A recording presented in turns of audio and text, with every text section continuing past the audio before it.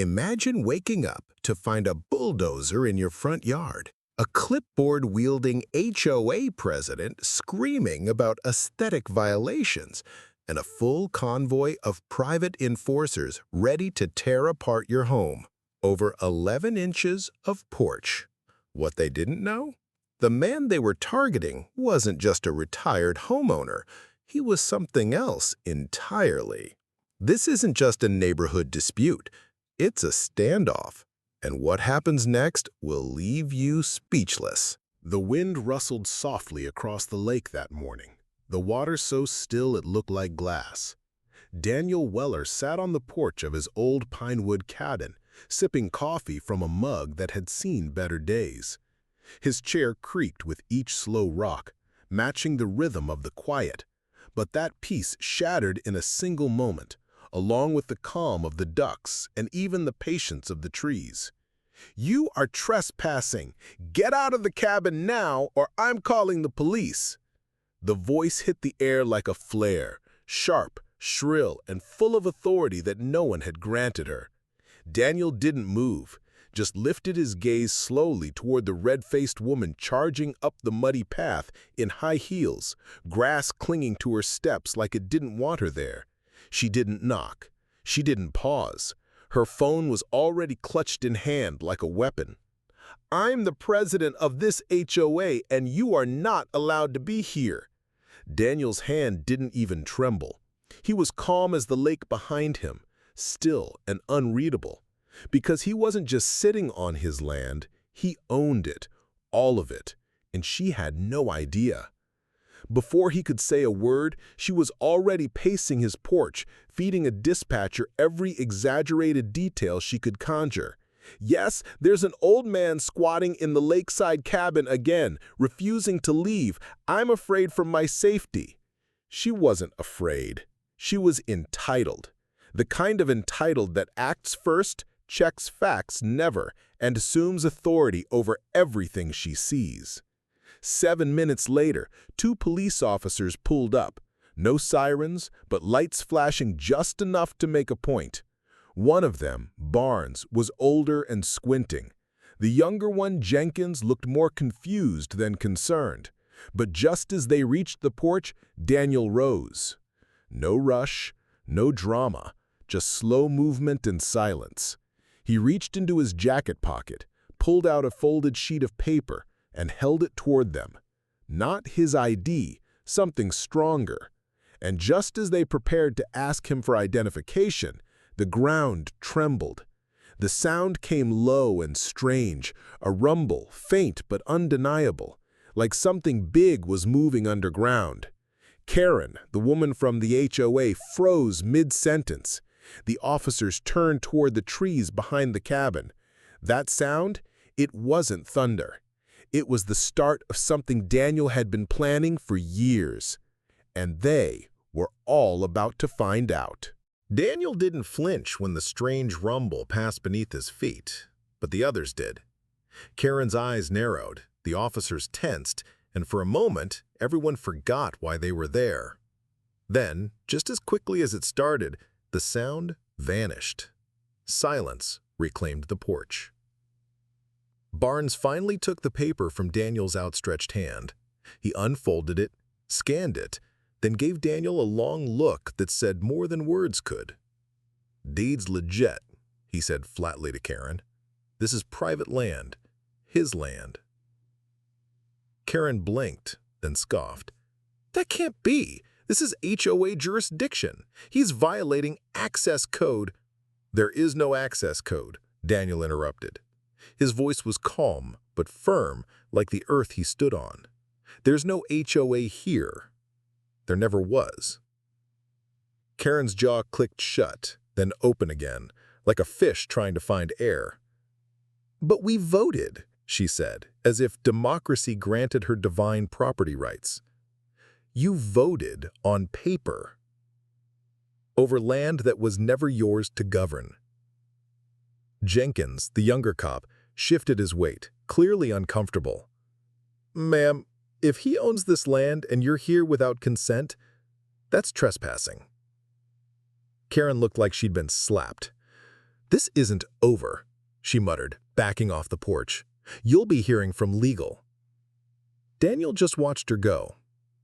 The officers gave him a respectful nod and followed. The dust from their tires hadn't even settled before Daniel turned and looked toward the old shed behind his cabin. It was time. Inside, the air was cool and dry. Everything was where he'd left it, neatly stacked crates, each one marked in dull black letters, "Property of the Department of Defense." Most people would have called it a bunker. Daniel called it insurance. He placed a weathered laptop on the workbench and powered it up. The screen flickered to life, asking for a code. He typed in the sequence from memory. Authorization accepted. A small icon began blinking. An encrypted message. A single line of text scrolled across the display. Status check. Operation Eclipse. Dormant. Awaiting field activation. Daniel exhaled slowly. They had crossed a line. And now, for the first time in years, the old side of him stirred. The side buried beneath peace and pinewood. He'd retired from operations long ago. But old instincts die hard, especially when provoked by clipboard tyrants. For a few weeks, things settled into a deceptive quiet. Karen didn't return, but Daniel knew better than to trust silence in a place like this. In neighborhoods where lawns are measured in inches and mailbox fonts are standardized, quiet wasn't peace, it was preparation. Sure enough, the next storm arrived dressed in pressed linen and perfume that smelled like weaponized lavender. Her name was Beverly. She showed up one morning flanked by two men in matching navy polo shirts with embroidered badges that read Briarwood Community Aesthetic Task Force. Daniel had been on his porch again, coffee in hand, when she marched up the steps like she owned the lumber beneath her feet. "Mr. Weller," she began crisply, "I'm Beverly Langford, newly elected president of the HOA." Daniel didn't stand. He simply looked up, one eyebrow raised. "Didn't realize you all held coronations." Beverly's smile tightened. "We've made some much-needed leadership changes, and it's come to our attention that your front porch is 11 inches past the permitted boundary under the revised aesthetic compliance policy." Daniel sipped his coffee. "That policy doesn't apply here. This property isn't under your jurisdiction." Her eyes gleamed. "According to our most recent annexation map, it is." He didn't laugh, though it would have been justified. The sheer audacity of people who believed lines on a clipboard gave them power over deeds and foundations never ceased to amaze him. "I suggest you leave," he said calmly. But Beverly didn't budge.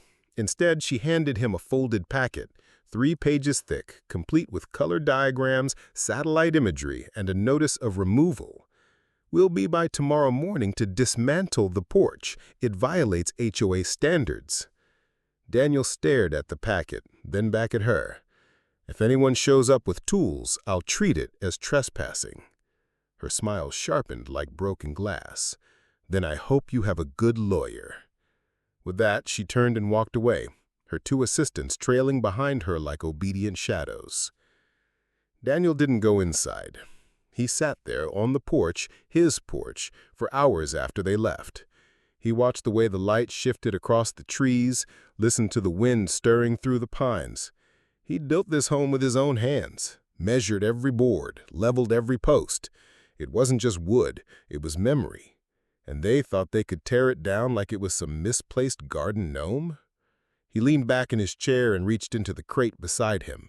Beneath a folded tarp and some old manuals was a small black box. He opened it. Inside was a key, heavy and worn. The kind of key that didn't open doors. It started things. Things that couldn't be stopped once they moved. The next morning arrived with a cold edge, even though it was midsummer. Daniel was already awake when the sound of tires crunching gravel reached his ears. He didn't need to look. He already knew who it was. 3 vehicles pulled up just beyond the tree line. A white SUV with a magnetic HOA compliance enforcement decal led the way, followed by a flatbed truck carrying an assortment of tools, crowbars, winches, even a small portable jackhammer. Behind them, a third car parked further back, its windows dark, engine still running, watching. Beverly stepped out first. Her blouse was spotless, her shoes impractical for dirt, and her expression exactly what Daniel expected, triumph dressed as obligation. He didn't greet her. She approached the porch with two men in tow. One of them, older, wiry, looked like he did maintenance work somewhere respectable once. The other was younger, arms crossed, trying too hard to look official. Both carried tool belts.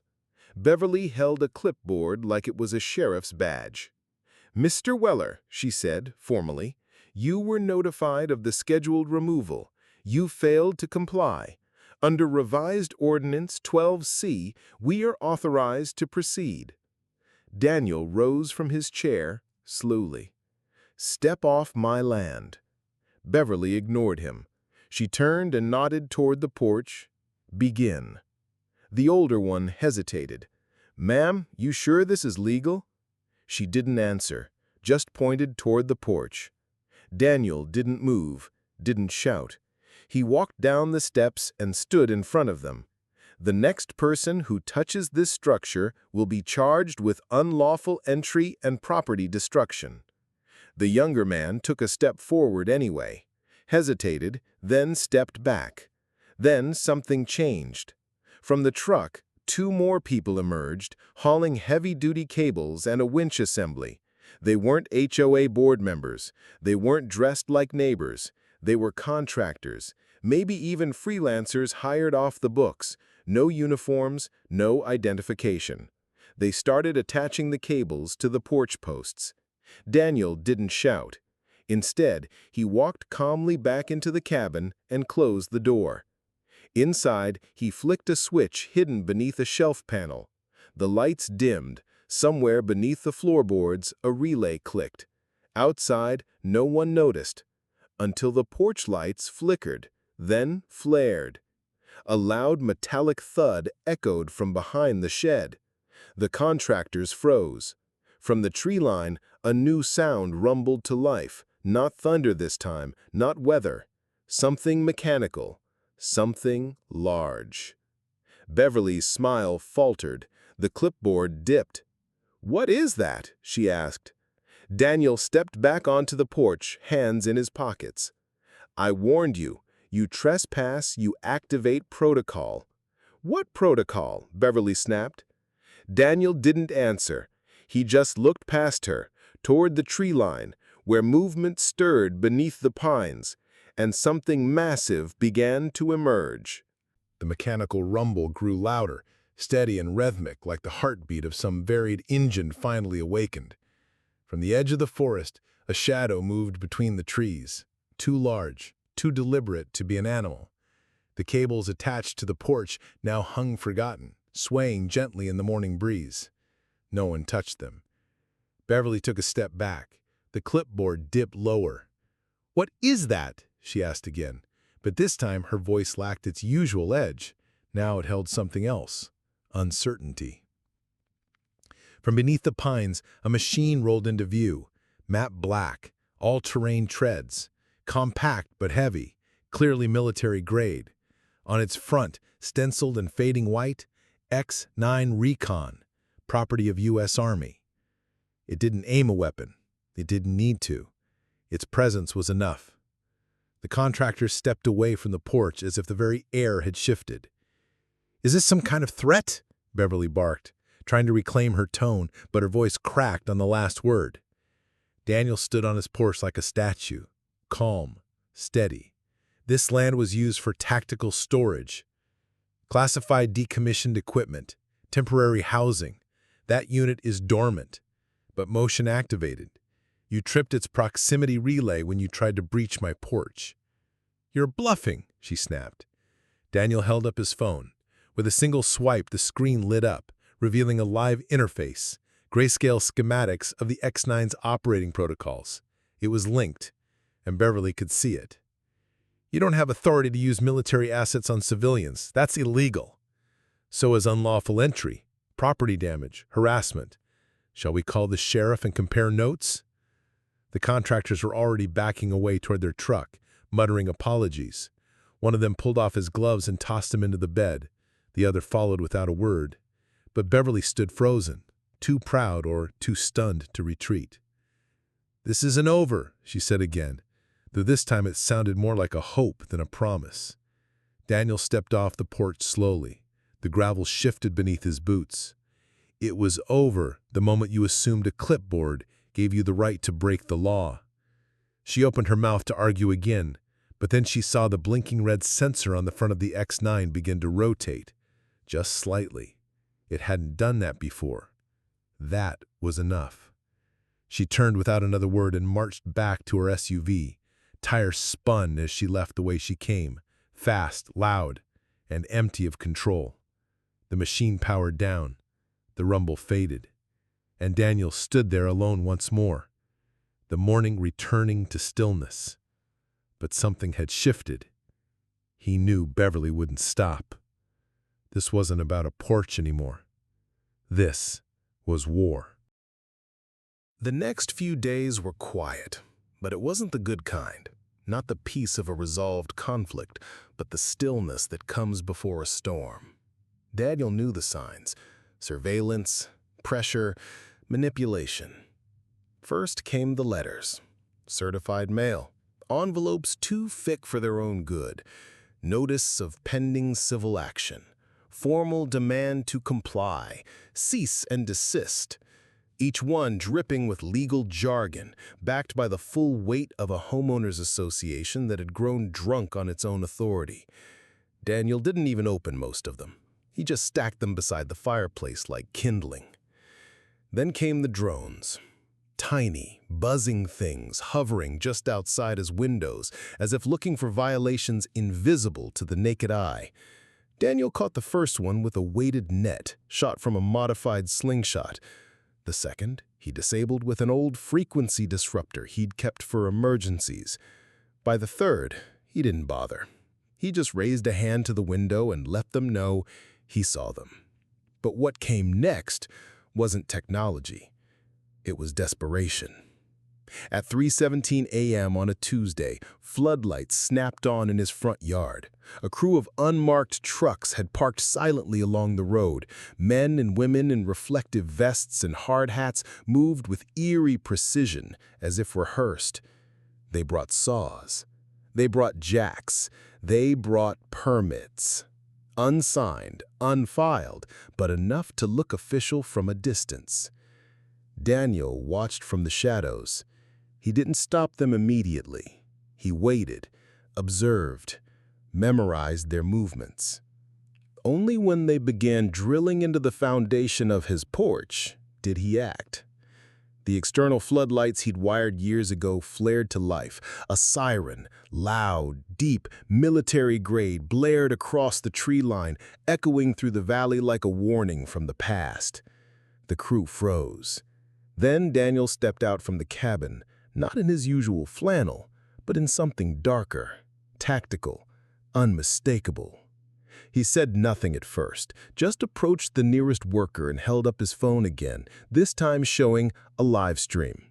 Security feed, full view of every face, every badge, every action. "This is all recorded," he said coldly. "Facial recognition already logged." Someone dropped a tool. Another one ran. Within minutes, the crew scattered. No one stayed to argue. No clipboard in the world could shield them now. By sunrise, all that remained was the mess they'd left behind. A damaged post, a broken plank, and one laminated sign nailed into the dirt near the porch. "You can't stop progress." Daniel stared at it for a long time. Then he pulled it up and tossed it into the fire. But he didn't go back to bed. Instead, he walked into the shed and opened the second crate, the one marked Eclipse Unit 2. The calm didn't return. 2 days passed. Daniel noticed the subtle signs of surveillance: new tire tracks along the gravel, recently trimmed brush by the fence line, the faint whine of long-range audio devices at night. He didn't need confirmation. He'd lived this life before retirement, before cabins and porches. This was reconnaissance. But what came next wasn't covert. It was a siege. Daniel woke to the sound of heavy machinery rumbling up the road. Not just one vehicle, several. The kind of slow, methodical engine noise that didn't belong in a cul-de-sac. He stepped outside barefoot, Pop-Tart in hand, and saw it. A bulldozer idling just off his lawn. Behind it, a convoy of HOA-marked vehicles fanned out along the property line. People in tactical vests climbed out, clipboards in one hand, printed citations in the other. At the center of it all stood Beverly, sunglasses perched on her head like a crown, her vest emblazoned with bold white letters, HOA Enforcement. Daniel blinked, once, twice, then said, mostly to himself, "Is this a neighborhood or a coup?" He watched a man in a party store hard hat approach the bulldozer, shouting, "Trench breach in 3, 2, 1!" Daniel sighed. He turned, stepped onto the porch, and pulled a hidden rope handle beneath the top step. Snap. A chain rattled beneath the wood. Boom! The porch tilted up like a drawbridge, snapping into position just in time. The bulldozer's operator slammed the brakes, engine sputtering as the blade clanged uselessly against the sudden wall of reinforced lumber. Beverly screamed, clipboard flapping uselessly in the wind. Daniel stood at the top, arms folded. "This is my land. I'm not building a fortress, I'm protecting a boundary." Beverly pointed furiously. "You're in violation of community aesthetics. You can't install a mechanical obstruction." "It's not mechanical," Daniel said flatly. "It's defensive landscaping." From behind her, another HOA official muttered into a walkie-talkie. More vehicles were arriving, more people, cameras. This wasn't enforcement anymore. It was theater. And Daniel understood his role. He stepped down slowly, keeping his voice level. "You came here to intimidate. You brought machines, uniforms. You escalated over an 11-inch porch extension. You think this is about bylaws. It's not." Beverly laughed coldly. "Oh, then what is it about?" Daniel looked her dead in the eye. "It's about control, and you don't have it here." Then something unexpected happened. The ground shook. Not from the bulldozer. From beneath the porch.